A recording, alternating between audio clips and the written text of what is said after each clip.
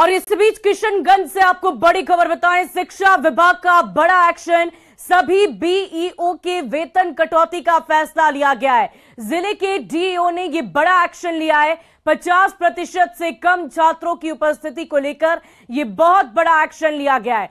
सभी बीईओ के 7 दिनों के वेतन की कटौती का फैसला लिया गया। 50% से कम उपस्थिति वाले स्कूल की सभी शिक्षकों पर कड़ी कार्रवाई की जाएगी। सभी का 7 दिनों का वेतन काटा जाएगा। बड़ी जानकारी, शिक्षा विभाग का यह बड़ा एक्शन, स्कूल के शिक्षकों पर यह कड़ी कार्रवाई की गई है। और चलिए अब बात करते हैं बर्निंग बाइक की। गोपालगंज की माड़ीपुर बाजार के पास चलती बाइक में ही आग लग गई। आग इतनी तेजी से फैली कि लोगों को इससे बचाने का मौका तक नहीं मिला।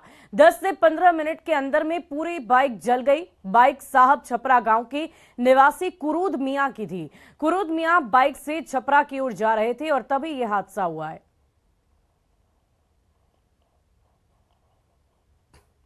और शिक्षक बहाली के लिए चल रहे सर्टिफिकेशन वेरिफिकेशन के मामले में शिक्षा विभाग के अपर मुख्य सचिव के पाठक और बीपीएससी अध्यक्ष अतुल प्रसाद के बीच ठन गई है। अतुल प्रसाद ने सोशल मीडिया प्लेटफॉर्म एक्स पर पोस्ट कर के पाठक को जवाब दिया। यही नहीं, बीपीएससी की तरफ से शिक्षा विभाग को एक चिट्ठी भी लिखी गई है।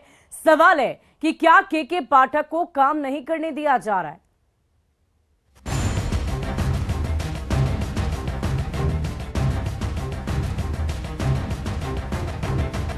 केशव कुमार पाठक उर्फ के पाठक एक ऐसा आईएएस अधिकारी जिसे आज बिहार का बच्चा बच्चा जानता है।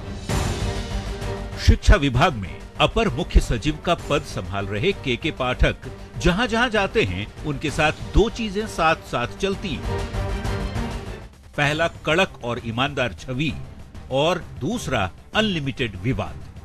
के पाठक एक बार फिर चर्चा में हैं और वजह है शिक्षा बहाली को लेकर हो रहा सर्टिफिकेट वेरिफिकेशन।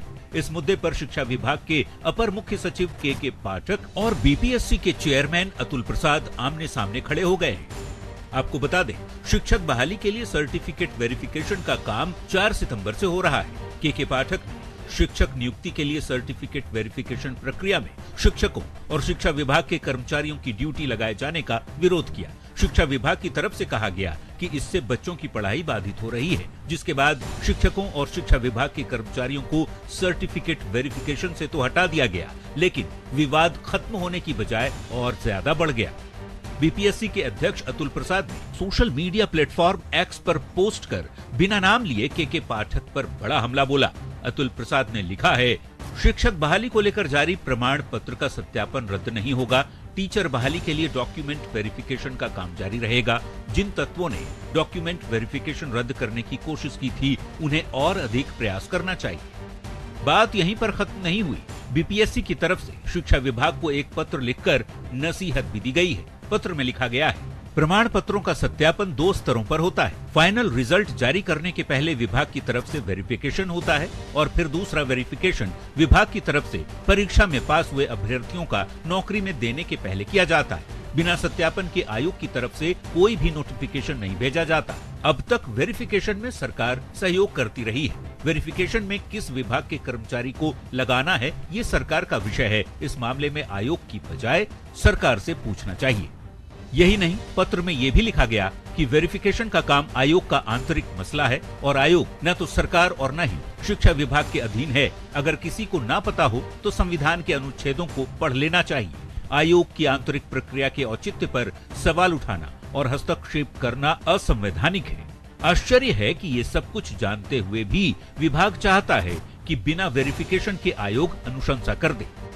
मतलब बीपीएससी ने के पाठक के खिलाफ मोर्चा खोल दिया है। सवाल है कि के पाठक चाहते हैं कि शिक्षक सिर्फ बच्चों को पढ़ाने पर ध्यान दें और बिहार की शिक्षा व्यवस्था बेहतर हो जाए, तो इसमें क्या हर्ज है।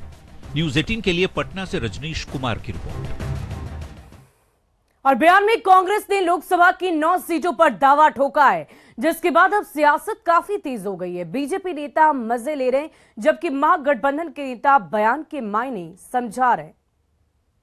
कांग्रेस पार्टी जितनी सीटों पर लड़ी थी, उतनी सीटों पर कांग्रेस पार्टी को जरूर लड़ेगी। मेरे रास्ते कांग्रेस का अगर उचित प्रतिनिधित्व नहीं मिलेगा तो किसके रिजिम में, सभा में किसका सीट है? मेरा ही तो एक सीट है। 2024 के लोकसभा चुनाव के लिए ज्यादातर विपक्षी दल INDIA गठबंधन की छतरी के नीचे तो आ गए हैं, लेकिन क्या सीटों का बंटवारा हो पाएगा?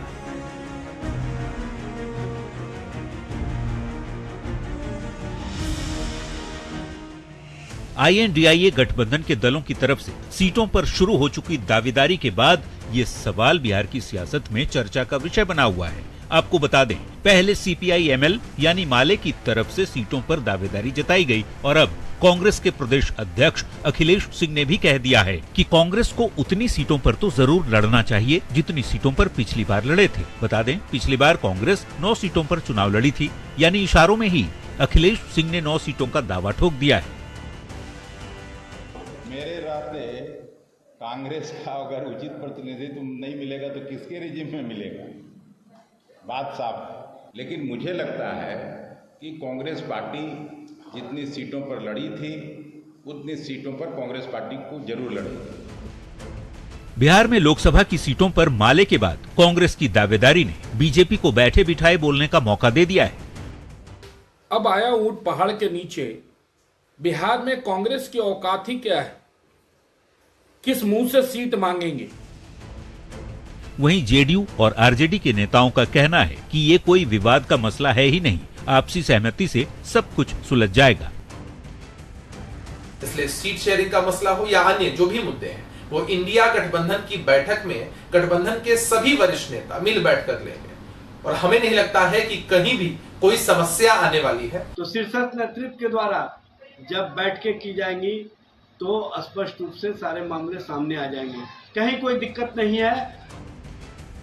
पिछले लोकसभा चुनाव में नीतीश कुमार की जेडीयू महागठबंधन में शामिल नहीं थी, इसकी वजह से कांग्रेस को 9 सीटें मिल गई थी। लेकिन अब 16 लोकसभा सांसदों वाली नीतीश की पार्टी भी महागठबंधन में शामिल है। ऐसे में सवाल है कि कांग्रेस की डिमांड पूरी होगी या फिर INDIA में सीटों पर घमासान होगा।